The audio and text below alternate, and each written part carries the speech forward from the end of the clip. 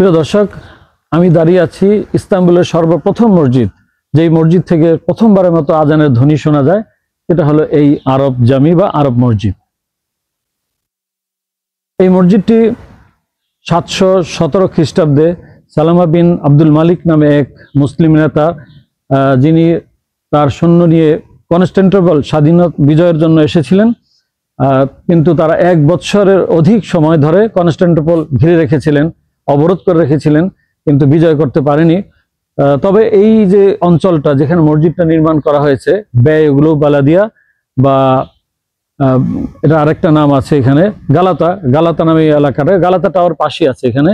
এই অঞ্চলটা তাদের আয়ত্তে ছিল বা তারা এই অঞ্চলের শাসনটা তাদের হাতে নিয়েছিলেন। 1 বছরের অধিক সময় অবরোধ থাকার কারণে বাইজেন্টিন সম্রাট, যিনি এই নদীর বসফরাসের ওই পারেই, মূলত এই পাশে, এখান থেকে প্রায় হয়তো বা 200 গজ দূরে হবে বসফরাস, এই বাইজেন্টিন সম্রাট তখন মুসলমানদের সাথে একটা চুক্তি করে, যে চুক্তির মাধ্যমে চুক্তিতে একটা মূলত বড় শর্ত ছিল যে এখানে তারা মুসলমানরা মসজিদ বানাবে এবং তাদের ইবাদত এবং ইসলামিক রীতিনীতি তারা পালন করতে পারবে। ওই সুবাদে এখানে এই মসজিদটি তৈরি হয়, যার কবর এখানে আমরা দেখতে পাচ্ছি।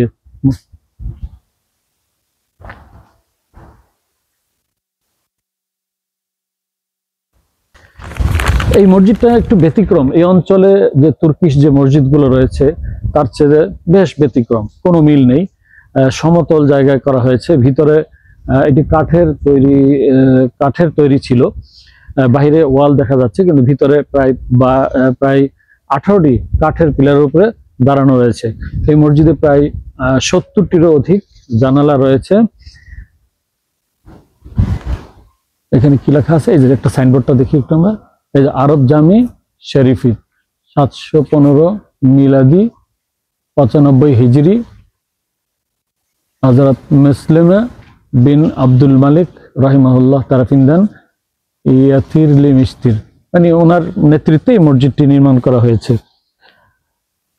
এটাই হলো ইস্তাম্বুলের সর্বপ্রথম মসজিদ যেখান থেকে আজানের ধ্বনি শোনা গেছে।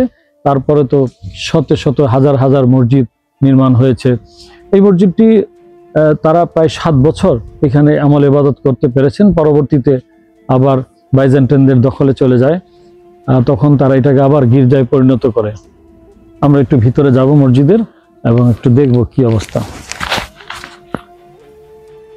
মসজিদটির টোটালি ব্যতিক্রম মসজিদ। এই যে খুঁটিগুলো দেখা যাচ্ছে, এই খুঁটির উপরে দাঁড়িয়ে আছে মসজিদটি। এখানে 70টারও বেশি জানালা রয়েছে, এখানে আমরা দেখতে পাচ্ছি। এটা মুয়াজ্জিনের কামরা, আর একটু কেমন যেন লম্বা করা হয়েছে। মেয়েদের জায়গা পাশে, এই পাশে মেয়েদের জায়গা আছে, নামাজের জায়গা। এটা মূলত স্পেন বা আন্দালুসিয়ার মানে শৈলিক পদ্ধতিতে করা হয়েছে, ওদের ডিজাইনে করা হয়েছে। মূলত যখন স্পেন বা আন্দালুস যখন মুসলমানদের হাত থেকে চলে যায়, তখন তারা রিফিউজি হিসাবে আরবরা এখানে আসছিলেন।